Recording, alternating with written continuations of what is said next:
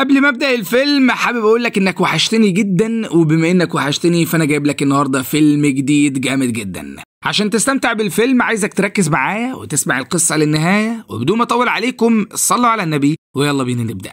بتبدا الاحداث يا صديقي بدايه سخنه بمشهد غامض جدا لبنت شكلها مش في وعيها وحالتها مش افضل حاجه، بس فجاه بتاخد القرار وبتنط من ارتفاع عالي جدا وبتموت. بننتقل بالمشهد بعدها عشان نشوف اجتماع على مستوى وزراء الهند، وبنشوف رئيس الوزراء وهو بيقول لهم انتوا مش ملاحظين ان في حوادث غريبة جدا انتشرت خلال الفترة اللي فاتت دي؟ احنا لازم نتدخل ونحط حد للموضوع ده والا الحكاية هتقلب بكارثة. وقتها وزير الداخلية الهندي اتكلم مع رئيس الوزراء وقال له صدقني يا فندم احنا بنعمل كل اللي بنقدر عليه، وبوعدك اننا خلال فترة قريبة هنحل اللغز ده. بننتقل بالاحداث لمدينة مومباي، وهناك بنشوف واحد بنعرف ان اسمه روهان، زي ما بنعرف كمان انه عالم في حاجة غريبة ومختلفة، وده لانه بيحقق في الحوادث الغامضة اللي حصلت واسبابها مش معروفة. وفعلا يا صديقي بنشوفه وهو بيعمل شوية طقوس غريبة كده، وبنلاحظ ان في واحدة جايباه عشان يعرف ايه اللي حصل لبنتها. بنلاحظ ان البنت طفلة، وبنلاحظ كمان ان روهان مستغرب جدا لان كل الظواهر والعلامات اللي بيشوفها بتدل على ان في حاجة غريبة جدا حصلت، وده يا صديقي بسبب الأصوات اللي كان عمال يسمعها. والغريب بالنسبة له هو إن مع الأصوات دي في حاجات كتير كانت بتتحرك في البيت بشكل مريب. وقتها روهان اتكلم مع أم الطفلة دي وقال لها بوعدك هشتغل على الموضوع ده بكل طاقتي وقريب جدا هحله. وبعد ما بيعرف إن رئيس الوزراء بتاع الهند شخصيا مهتم بالقصة دي، أخد عربيته وراح مباشرة لمكتبه، وهناك اتكلم معاه في كل التفاصيل اللي عنده وحاولوا يوصلوا الحل. وبعد ما بيتناقش معاه شوية رئيس الوزراء الهندي بيقول له شد حيلك يا بطل لأننا معتمدين عليك، أنا يعني مش مصدق في الهجص بتاع الأرواح ده، بس خلي بالك في نفس المدينة هنا حصلت حاجة غامضة ومريبة برضو من كام يوم ولازم تبص بص على الموضوع. بناخد بالنا وقتها إن رئيس الوزراء بيتكلم عن البنت اللي انتحرت واللي شفناها في أول مشهد في الفيلم، وعشان كده روهان قال له أنا بحاول أستغل وقتي على قد ما بقدر وبوعدك إني هشتغل على الحوادث كلها في وقت واحد. بيتحرك بعد كده وبيروح للجامعة بتاعة البنت اللي انتحرت، وهناك بنشوف واحد يا صديقي بنعرف إن اسمه راكيش، زي ما بنعرف كمان إنه هيبقى المسؤول عن تقديم روهان للطلبة، وفعلا بيقدمه للطلبة. وبعد ما روهان بيتعرف على الطلاب وبيتكلم معاهم كلمتين بيقرر يتتبع أي حاجة ممكن توصله المعلومة عن البنت اللي انتحرت. بيلفت نظره جدا شكل الديسك بتاعها واللي كان عليه طلاسم شكلها غريب، وبعد ما بيلاحظ الموضوع ده بيسأل عن أقرب صاحبة ليها وبيعرف إنها بنت اسمها راني، علشان كده بيروح يتكلم معاها وبيقول لها أنا عاوز أعرف لو في أي حاجة غريبة ظهرت على صاحبتك الفترة الأخيرة أو كانت بتشتكي من أي حاجة أو حتى فضفضت معاك بحاجة ما كانتش قايلها للناس. بس الغريبة يا صديقي هو إن راني اتكلمت مع روهان وقالت له بالعكس هي كانت طبيعية جدا، ممكن كان بيبان عليها إنها متضايقة شوية زهقانة شوية العادي يعني، لكن ما كانش فيه أي حاجة ملفتة في الموضوع. وطبعا الكلمتين دول بيخلوا روهان محتار جدا ومش عارف هيتصرف ازاي، لكن اللي ضايقه فعلا هو لما عرف ان الضابط بتاع الاسم واللي بنعرف ان اسمه ساتيا مستدعيه. واللي ضايق روهان من الحوار ده هو ان الضابط ده ما كانش بيحب روهان ودايما بيقلل من اللي هو بيعمله. بنتأكد من ده فعلا لما بيتقابلوا وبنشوف ساتيا وهو عمال يتكلم مع روهان بنبرة كلها سخرية وبيقول له ايه يا عم التربي لسه برضه عايش فيها دور المفتش كرومبو وعمال تحقق في الجرايم. لكن روهان بيتعمد يتجاهل كلامه وبيصدر له الطرشة، وبعدها بيقول له انا دلوقتي مش عايز غير حاجة واحدة وهي ان اشوف جثث الناس اللي انا اشتغلت على الجرايم بتاعتهم. وفعلا يا صديقي بيشوف الجثث واللي بتكون متحللة بنسبة كبيرة، وبالرغم من ان الموضوع يبان عادي لكننا بنلاحظ ان في جثة من الجثث لشخص، وبعد ما المكان فضي ايد الجثة اتحركت. بنشوف بعدها روهان وهو بيتكلم مع راكيش وبيقول انا عاوزك تصحصح معايا لانك لحد اخر يوم ليا هنا في المكان هتبقى المساعد بتاعي. بص يا عمنا كل المطلوب منك هو انك تقعد وتركز على الكاميرات وانا هتحرك بالاجهزه بتاعتي عشان احاول اكشف اللي حصل، لان واثق ان الموضوع ليه علاقه بالاشباح. واصحى معايا بقى يا صاحبي لاننا داخلين على اثاره ملهاش حل. راكيش بيفهم دوره في الموضوع وروهان بيبدا يتحرك، وبرغم ان كل حاجه كانت ماشيه تمام لكن فجاه روهان سمع صوت غريب، وفي نفس الوقت ده راكيش لمح حاجات اغرب على الكاميرا وحس ان روهان بدا يختفي. وفعلا يا صديقي بعد لحظات قليله روهان بيتفاجئ بعفريتة البنت اللي انتحرت واقفه قدامها وبيحاول يستنتج اي حاجه ويوصل لاي معلومه. بننتقل بالمشهد بعد كده عشان نشوف روهان وهو جايب مجموعة من صديقات راني، واللي في نفس الوقت كانوا صديقات للبنت اللي انتحرت قبل ما تموت. وبنلاحظ ان روهان مستهدف من المقابلة دي حاجة مهمة جدا، وهي انه يقارن بين كلام البنات وكلام راني ويواجههم ببعض، بحيث لو حد فيهم بيحور يتكشف على طول. بس اللي كان غريب بالنسبة له يا صديقي هو ان البنت اللي اسمها راني دي بدأت تتهرب منه وما بقتش مدياله سكة زي الأول. والأغرب بقى هو ان الأجهزة بتاعت روهان كانت بتعمل أصوات غريبة كل ما بيقرب من راني، ودي طبعا حاجة خلتها بالنسبة له محل شك. وفي مشهد غريب بعد كده بنشوف راني وهي نايمة وإيديها بتتحرك بشكل لا إرادي، وساعتها صحيت من النوم وكانت مستغربة جدا من اللي بيحصل. أما بالنسبة لروهان فقرر يعتبر إن راني هي بداية الخيط اللي لازم يشتغل من عنده، وعشان كده صديقي جاب كل الملفات والصور القديمة اللي كانت بتجمعها بصاحبتها المنتحرة وقرر يشتغل عليها. لكنه في نفس الوقت كان حريص جدا على إن البنت ما تخافش منه، لأن لو ده حصل تبقى القضية كلها ضاعت. وعشان كده بنشوفه وهو بيتكلم مع راني وبيحاول يوصل منها لأي معلومة، بس هو بيتكلم معاها جالها تليفون وبشكل تلقائي ولا إرادي يا صديقي عملت حاجة كانت غريبة جدا بالنسبة لروهان وزودت شكوكه، وده لأنها من غير ما تقصد رسمت نفس الطلاسم اللي كانت موجودة على ديسك البنت المنتحرة. ولما روهان بيتقابل مع واحد من أساتذته في الشغل بتاعه بيتكلم معاه، وقتها الراجل بيقول لروهان خلي بالك بس كل اللي انت ملاحظه على البنت ده مش المفروض انه يبقى المحرك الأساسي بتاعك، مش عاوزك تنسى ان اهم حاجة في شغلنا ده انك ما تمشيش ورا مشاعرك، ركز اكتر وحاول ان كل خطوة تاخدها تبقى بالأدلة والبراهين، وإلا في كل اللي بنعمله ده هيبقى ملوش أي لازمة. وقتها صديقي روهان حيرته بتزيد، لأنه بيني وبينك كده كان شبه متأكد إن راني وراها حاجة، لكنه في نفس الوقت قرر يحكم عقله في الموضوع وما ياخدش أي قرارات ممكن يكون فيها ظلم. وعشان كده بيتصل براني وبيتكلم معاها وبيقول لها أرجوكي أنا عاوزك تساعديني لأنك الوحيدة اللي كنت قريبة منها قبل ما تموت، وأكيد عندك معلومات مش عند غيرك. وقتها راني بتقول له صدقني أنا بعمل كده فعلا وبحاول على قد ما أقدر أساعدك. بس في نفس الوقت ده يا صديقي كانت بتحصل حاجة غريبة جدا لبنت جديدة، واللي كان غريب بجد بقى هو إن كان في أعراض مشتركة بتحصل لكل الضحايا. فجأة حاجة مجهولة بتشدهم، بيفضلوا يسمعوا أصوات غريبة وبيحسوا إن في حاجة بتطاردهم، وساعتها الأصوات دي يا إما بتقضي عليهم أو بتخليهم ينتحروا. وعلشان كده وبعد وقت قليل بنشوف البنت اللي كانت بتهرب جوه الغابة من شوية وهي منتحرة وشنقة نفسها في شجرة. وطبعا روهان مع الوقت بدأ يحتار جدا ومبقاش عارف لو دي جرائم قتل بتتنفذ بشكل احترافي ولا فعلا في لعنة بتحصل وبتخلي الأشخاص دول يعملوا كده في نفسهم. وفعلا يا صديقي ما بيعديش وقت طويل والشرطة بتوصل لمكان الحادثة وبيبدأوا يحققوا في اللي حصل،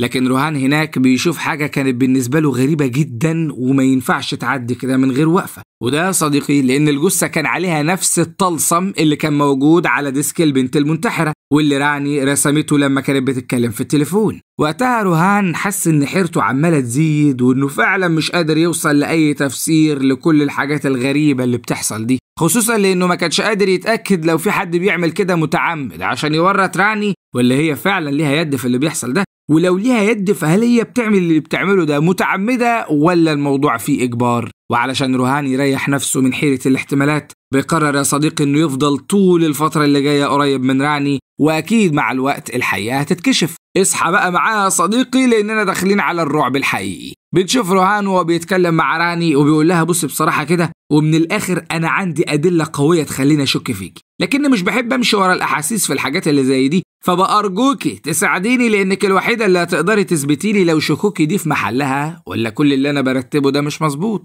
لكن راني لما بتسمع الكلمتين دول بتتضايق جدا وبتفضل تقول له أنا نفسي بس تفكك من تخاريفك دي لأنها هي اللي جايباك ورا. شوف بالك قد إيه بتحقق في جرايم ومع ذلك عمرك ما وصلت لحل نهائي لأي جريمة فيهم، فواضح جدا إن العيب عندك. بنصحك تتعالج وتفكك بقى من الحوارات دي وما توجعش دماغنا. طبعا يا صديقي بعد الكلمتين دول روهان قرر يكبر دماغه منها فعلا، وشفنا بعد كده وهو جايب صاحبات البنت المنتحرة وبيتكلم معاهم وقال لهم أنا عارف إني صدعتكم معايا طول الفترة اللي فاتت، بس خلاص النهاردة آخر تجربة لينا، هشتغل عليكم الأجهزة بتاعتي شوية علشان أتأكد بس إن مفيش أي واحدة منكم ملعونة أو بتصرف تصرفات لا إرادية هي مش متحكمة فيها، وبوعدكم إننا بعد ما نخلص مش هصدعكم تاني معايا. فعلا يا صديقي بيحضر الأجهزة عشان يبدأ يشتغل عليهم، بس فجأة راني بتوصل للمكان. وقتها روهان بيفرح جدا إنها غيرت رأيها وبيقول لها أنا هشتغل عليك أنت برضو بالأجهزة. لكن الغريب هو إن بمجرد ما روهان قال كده راني خافت جدا، لكن روهان صمم يعمل اللي في دماغه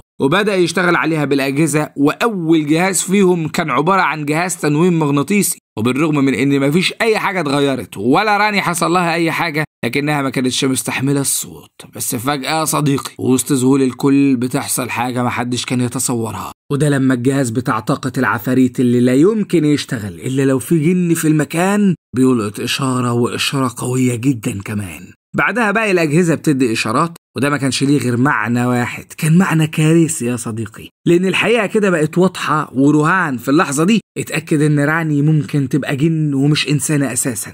فجأة الطاقة اللي جوه راني بتبقى أقوى من الأجهزة، بتفضل تتحول بشكل مرعب، وبعدها بتبقى قاعدة على كرسي، والكرسي ده بيبدأ يطير. بعدها الظلام بيحل على المكان كله، ودي حاجة بترعب صاحبات البنت المنتحرة وبتخليهم عمالين يصرخوا. ولما الإضاءة بترجع مرة تانية، روهان مش بيشوف راني لكنه بيلمح طفها، وفجأة بتختفي، ومن قوة طاقتها الأجهزة بتفصل. لكن روهان بيخلي البنات اللي موجودين يستجمعوا شجاعتهم، وبيقدروا يكتفوا راني وبينقلوها على أقرب مستشفى، لأنها وبرغم إن جزء كبير من الحقيقة ظهر، لكن روهان كان لسه حاسس إنها إنسانة ومش من الجن، بس ملبوسة مش أكتر. بنشوف روهان بعد كده وهو راكب عربيته وفي الطريق راجع للمعمل بتاعه، وعمال يفتكر كل الكلام بتاع أستاذه. طبعا كان متضايق جدا، وكأنه عاوز يقول لنفسه أنا كنت حاسس من البداية ومتأكد إن إحساسي مظبوط، بس مشيت ورا الزبون ده لحد ما لبسني. وبعد ما بيوصل للمعمل يا صديقي، بيسمع التسجيلات بتاعة الموجات الصوتية اللي كان مسجلها لراني، وبيتضايق جدا لأن التسجيلات كانت بتثبت إن البنت ملبوسة فعلا. لكن روهان ما أخدش باله، وعلشان كده بيقوم وبيحدف كل الأجهزة اللي حواليه وهو متنرفز جدا.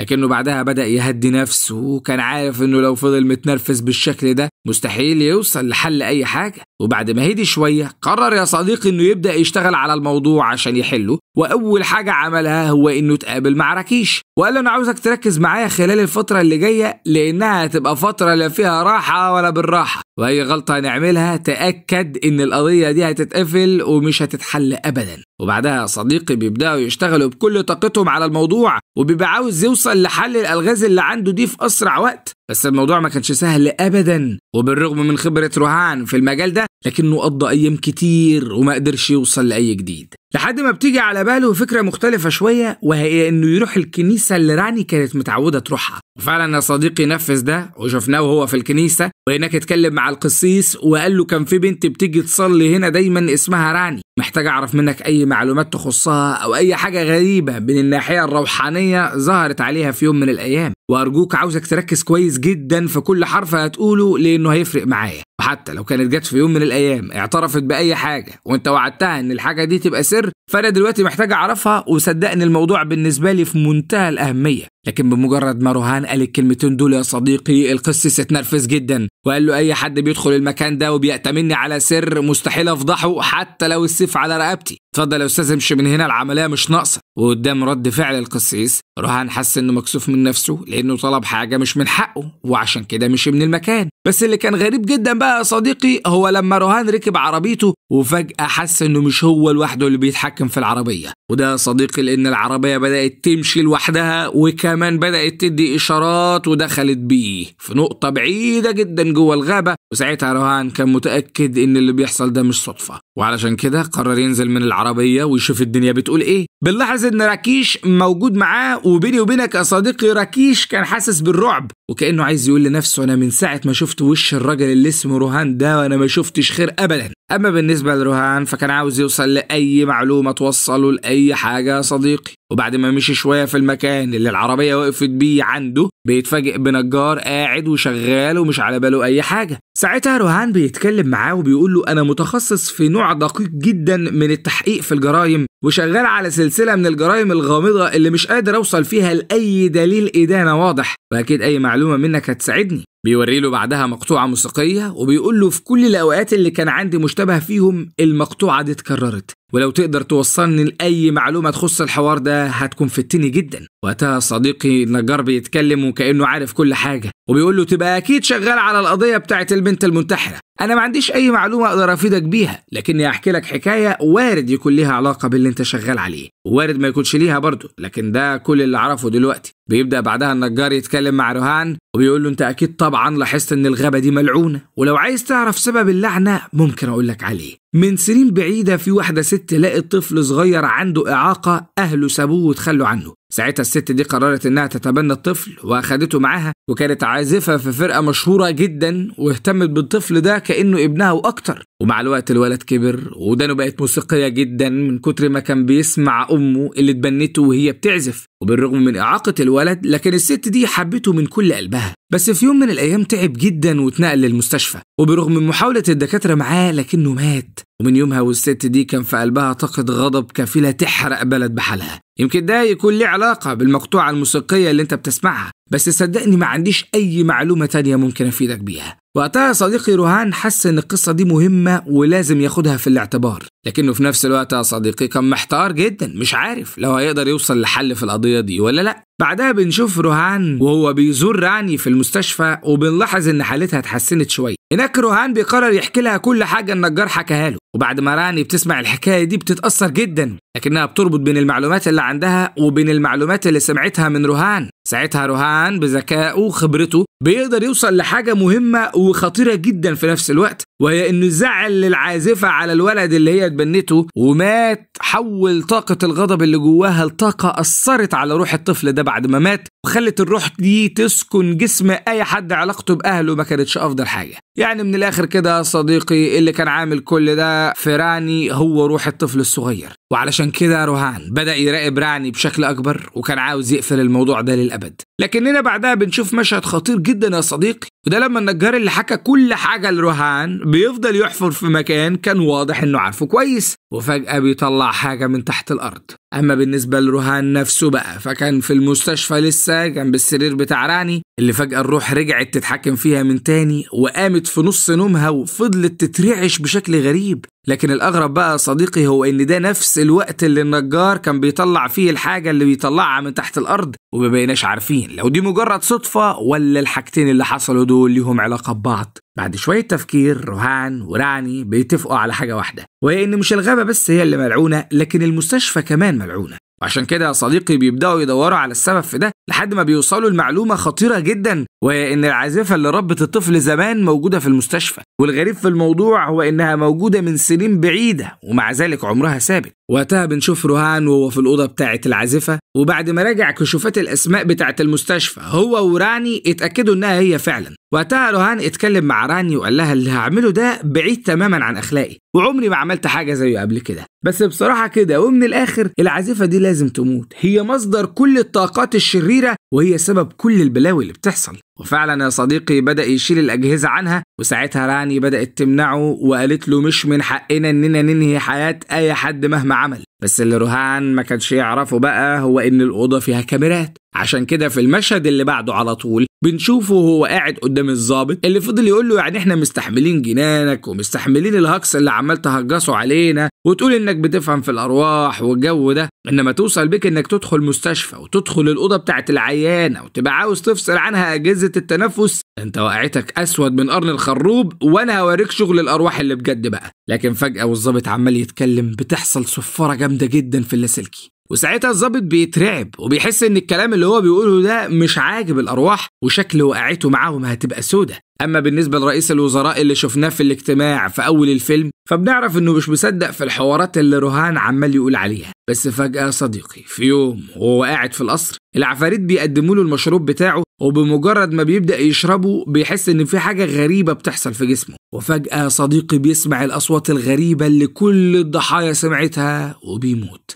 أما بالنسبة للنجار اللي كان بيحفر من شوية فبنشوفه هو كمان بعد ما مات جنب الحاجة اللي طلعها. والغريب في الموضوع هو إن روهان بعد ما وصل للمكان وكان عاوز ياخد البرطمان اللي النجار طلعه من تحت الأرض ويروح بيه المستشفى، فجأة الخفافيش بتنتشر حوالين عربيته وهو سايق جوه الغابة وبيعمل حادثة ومش بيقدر يوصل هناك. بنرجع للمستشفى من تاني، وهناك بنشوف العازفة اللي ربت الطفل الصغير واللي بنعرف ان اسمها ديانا، وبنعرف ان الدكاترة اللي هناك اتخذوا قرار بانهم يحقنوها بمادة تخلص عليها. لكن فجأة واحد من الدكاترة بيدخل أوضتها وبيتفاجئ بحاجة غريبة جدا، وده لأن ديانا اللي نايمة قدامه على السرير والمفروض إنها خلاص بتموت لقاها بتتصل بيه. بيستغرب جدا لكنه بيخرج من المكان عشان يرد عليها، وبمجرد ما بيفتح المكالمة بيسمع صوت جن مش بشر. فجأة بنشوف دمه بعد ما طرطش على الحيطان، وبعد وقت قليل زمايله بيكتشفوا جثته اللي شكلها كان بشع جدا. بعدها صديقي روهان بيقدر أخيرا يوصل لحل كل الألغاز،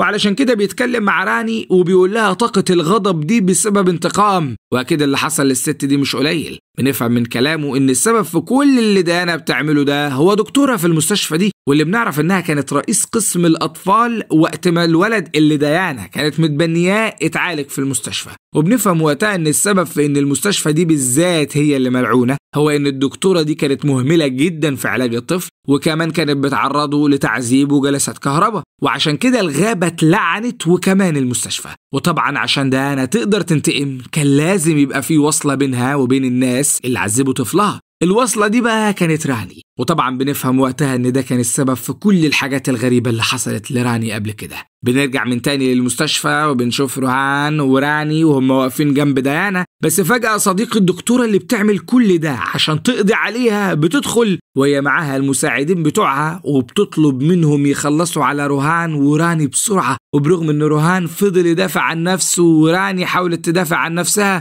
لكن المساعدين بتوع الدكتورة عملوا معاها السليمة، وبعدها الدكتورة بدأت تجهز حقنة عشان تديها لديانا وتخلص عليها، وده بعد ما فصلت عنها كل الأجهزة. وبرغم ان روهان ما كانش قادر يتحرك ولا يعمل اي حاجة، لكنه عمل حركة ذكية جدا يا صديقي، وده لما بدأ يعزف اكتر مقطوعة ديانا كانت بتحب تعزفها واكتر مقطوعة بتفكرها بابنها. ساعتها بس ديانا فاقت من الغيبوبة وقدرت تصيب الدكتورة بلعنة خلصت عليها. بنشوف بعدها ديانا بعد ما حالتها اتحسنت، وأول حاجة اختارت تعملها هي إنها تروح دار لرعاية الأطفال علشان تخلي بالها من الأطفال اللي هناك. وبعد ما روهان وراني طمنوا إن كل حاجة بقت تمام كانوا فرحانين جدا إنهم قدروا يحلوا غموض أحداث بالخطورة دي. هنا بيخلص فيلمنا. ما تنساش بقى لو الفيلم عجبك حط لايك، سيب كومنت جميل واشترك في القناة وفعل زر الجرس عشان يوصلك كل جديد. سلام.